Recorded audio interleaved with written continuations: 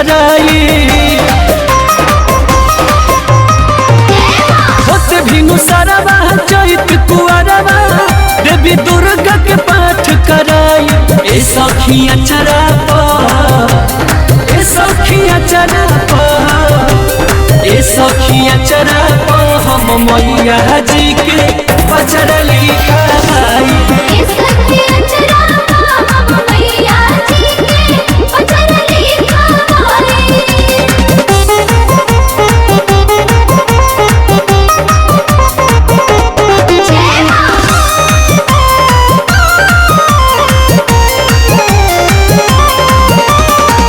Divyansh studio Ara.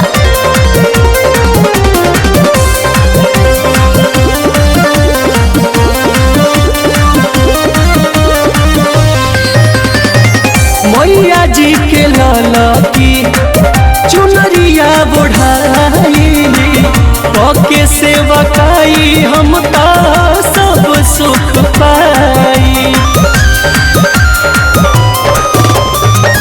मैया जी के लाला की चुनरिया चढ़ाई के सेवकाई हम ता सब सुख पाई।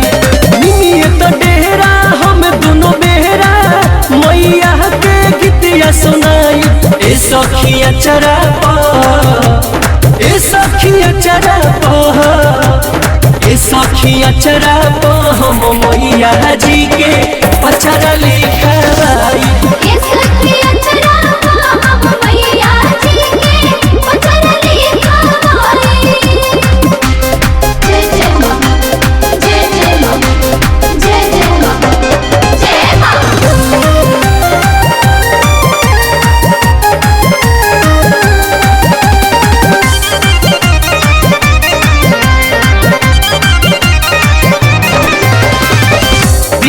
कल बेला संगे जाइब भोरे भोरे मिठकी जौरिया पुरिया खियाइब जोड़े जोड़े।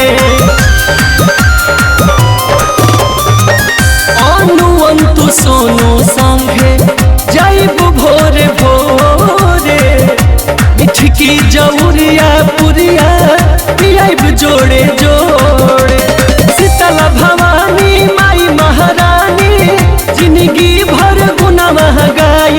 ए सखिया चरा ए सखिया चरा ए सखिया चरा हम मैया जी के पचरा लिखाई।